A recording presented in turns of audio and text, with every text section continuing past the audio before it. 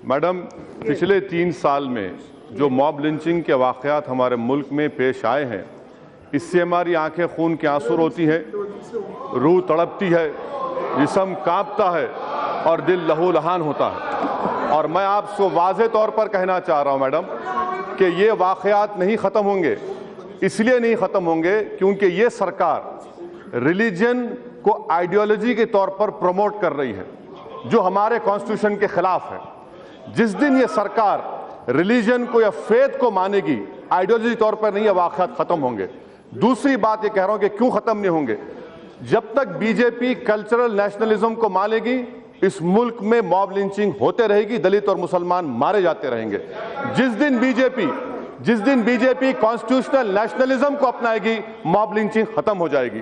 तीसरी बात मैडम, यह सरकार अपने कॉन्स्टिट्यूशनल ड्यूटी में सरासर नाकाम साबित हुई है। ये किसी की भी जान बचाने में नाकाम साबित हुई है।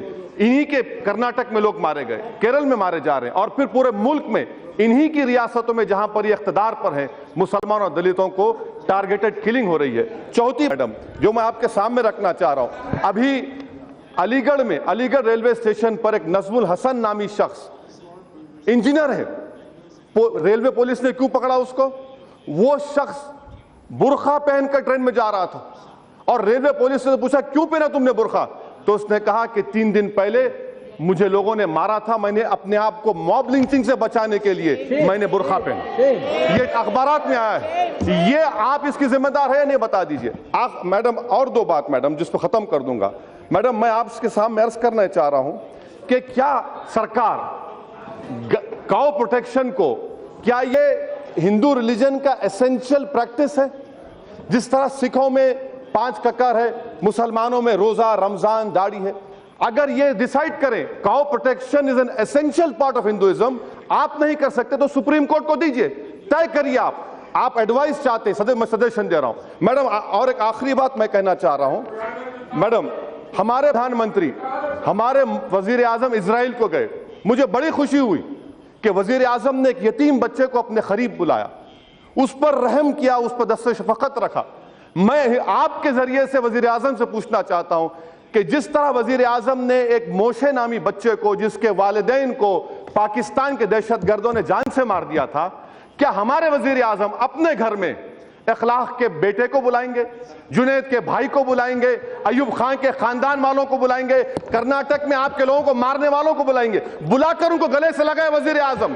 अगर मोशे को गले से लगा सकते हैं तो यहां पर जिन लोगों ने उनको मारा वो भी टेररिस्ट से कम नहीं है मैडम। और मैं आखिर में आपसे अर्ज करना चाहूंगा मैडम, कि जुनैद के वाकये में FIR में लिखा गया कि उसको क्यों चाकू मारा गया, कि तू गाय का मांस खाने वाला, इस पर चाकू मारा गया। और किसी को 30 दिन में बेल हो जाती? क्या आपकी सरकार नहीं है वहां पर 30 दिन में बेल होगी? 90 दिन लगते हैं मैडम मर्डर केस में। आपकी सरकार, आप कॉन्स्टिट्यूशन ड्यूटी में नाकाम साबित हुए मैडम। मैं आखिर में आपसे कहना चाह रहा हूं कि वजीर आजम अगर वाकई में सच्चाई को मानते हैं, जबानी खर्च के कायल नहीं है, तो मैं वजीर आजम से कहूंगा कि आपके शैडो आर्मी को रोकिए। और मैं आपके जरिए से मैडम, हिंदुस्तान के हमारी 5000 साल की तारीख अगर है, हमारे हिंदू भाइयों से कहना चाह रहा हूं, बचा लो अपने आप को हिंदुत्व से। हमारी लड़ाई हिंदुइज्म के खिलाफ नहीं है, हिंदुत्व के खिलाफ है। इस मुल्क को इससे बचाना है।